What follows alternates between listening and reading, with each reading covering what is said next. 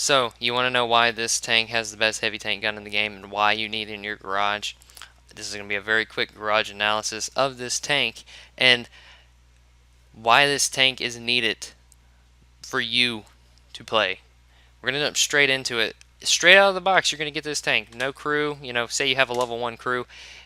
You have a gun that is not like the other two. It's the L11 gun, not the one that's off the Conqueror, the 215B or the Super Conqueror.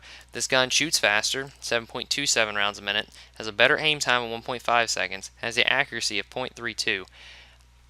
The penetration is already better at 270. The premium round, a little bit less, 310. However, that's not a big deal to me, honestly.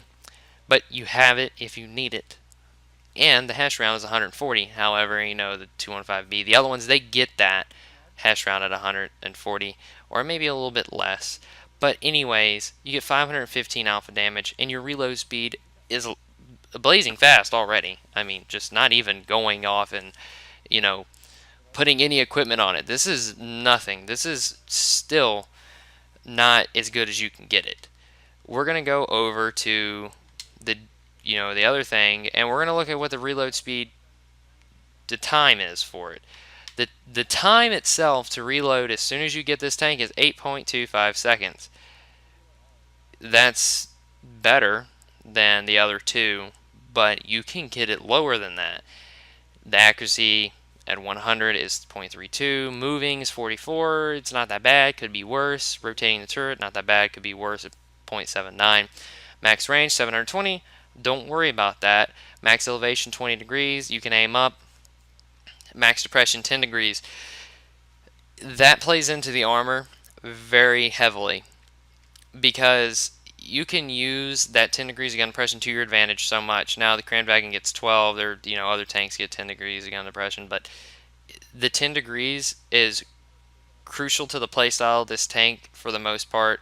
If you play the peekaboo tactic and you play the, up, down, shoot, whatever it may be.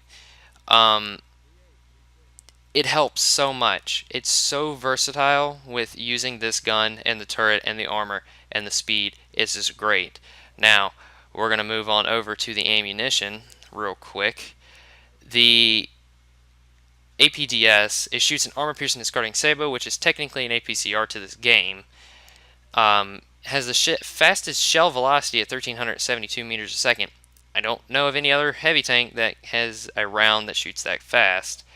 The APDS L15A4DU, which stands for depleted uranium, has 310 pin.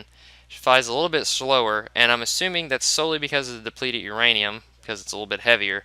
But depleted uranium is not a thing in this game. It doesn't add anything to the round. It just higher pin. It doesn't have any other bonus than the fact that it just has a higher pin. But it does fly a little bit slower, but it's still only 12 degrees or 22 degrees slower than the other round. Or not degrees, 22 meters slower, my bad. But the hash round, is half of the speed of the APDS round, but you would expect that because it is a high explosive round. But it has a 515 alpha damage. It's very useful. It's a very useful round. Now we're going to get over to the other details about this tank. I hit the wrong button right there. So you're looking at this tank from the front, you're going to notice something. It has all the armor is focused around the turret, which is true. The lower plate and upper plate are a little bit thinner, but that does not mean that it is thin. You just have to use it differently. The lower plate, though, that is Swiss cheese. That is not something you need to be trying to angle. Do not try to angle this tank. Do not try to angle this tank. I'll say it again. Do not angle this tank. You're going to have to find a place where you can use your gun depression, your armor to your advantage, your gun, and you're going to have to play a little bit of a peekaboo tactic depending on what tanks you're fighting. Now, if you're at a very far distance and you're shooting at tanks that don't have very accurate guns, you might be able to sit still. Now, I've already hit you. That's artillery. It's going to mess you up anyways. But the front of the turret, it says the armor depth is anywhere from 6 to 350 millimeters. That means that if a normal person is looking at this, that you're led to believe that 231 plus here is 350. I don't think that's true. It might be. could be. But anyways, that is insanely thick. Not much is going to get through that front of the turret. The cheeks itself, no one's going to really get through it. Outer part, it's angled. No one's really going to get through it either. Now, one thing you do have to worry about is your commander's hatch. But if you move, they can't hit it. And if they get a lucky shot in it, I mean, you have 2,200 hit points. They're not really going to, unless it's a Death Star that gets a shot in there, or some Tier 10 tank destroyer, you're still going to be able to be in the fight. You're not going to lose an insane amount of hit points, and as long as you keep moving, wiggling, or they don't get any lucky shots, you can just keep hitting them and hitting them and hitting them with this 120 because you have that reliability in this gun to do so.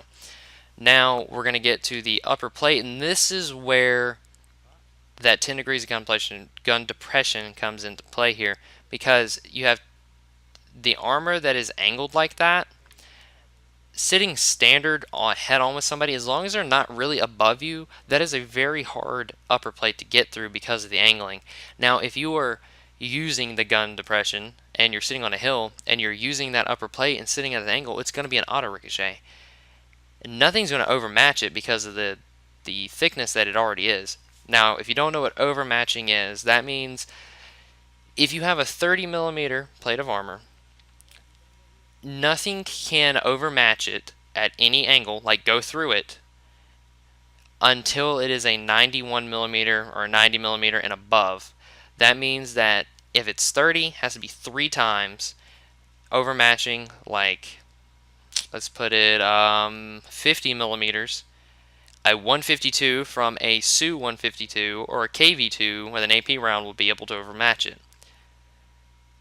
So, that being said, if this is only 90mm, or let's do 70mm, it would take a 210mm gun with an AP round to hit this and overmatch it.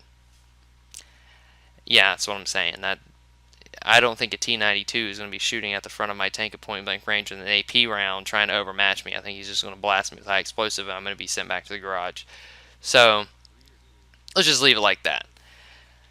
Now, the rotation speed for the tracks is 40 degrees. The turret is 30. Now, let's get into the absolute fastest reload speed of any heavy tank in the game. The Chieftain has that by a mile. Because if you put the rammer, the gun lane drive, which only adds to the aim time of the gun, which makes it 10% faster, plus if you do ventilation, that's 5 more on everything. You do the putting in T, which is 5% more to everything, and you do Brothers in Arms, that's 5% more to everything, and you have 100% crew. The fastest reload that you can get this tank to is 6.53. Well, with those, it's 6.53 seconds. That is pushing past more medium tanks. That is almost 9 rounds a minute. That is insane. Well, it is over 9 rounds a minute. That is an insanely fast firing gun, and it's a 120 with 270 pin that is mobile and has armor. So my 2 points I want to bring up is that if you are a medium tank player and you want to get into playing heavy tanks, but you don't want to go a super heavy route, get the Chieftain. If you are a heavy tank player, like super heavy, like Type 5, Mouse, those kind of people, that you play those kind of tanks, there's nothing wrong with that, but you want to play a more mobile thing with a good gun, and you don't want to go down a medium route, get the Chieftain. You have that mix between medium and heavy. It's more of a main battle tank. That's literally what this is a main battle tank. It's not a heavy. It's classified as a heavy. And it's not a medium, really. It's kind of a mixture of the two, and you get a very reliable gun, pretty reliable armor. But then again, you have to worry about the player. That's what it all boils down to, is the player who can do the best in it is who's going to like this tank the most. But I'm going to give it up to you guys to decide if you want to go get this tank. I have reviews on it. I have multiple videos on it. I just kind of stressing the fact that I just really started playing it again heavily, and I started noticing something, that This tank had a lot more attributes to it than other heavy tanks had. That it was a kind of an all-rounder, not specifically because of armor, because it is decently fast, but it has an insanely good gun. But you guys, if this leads you towards getting it, I hope it does. Tell me what you think about the Chieftain, and if you don't like it, tell me why. If you love it, tell me why you love it. And that's it. Told you it was going to be pretty short, sweet, and cut and dry to the point. But I'll see you guys later.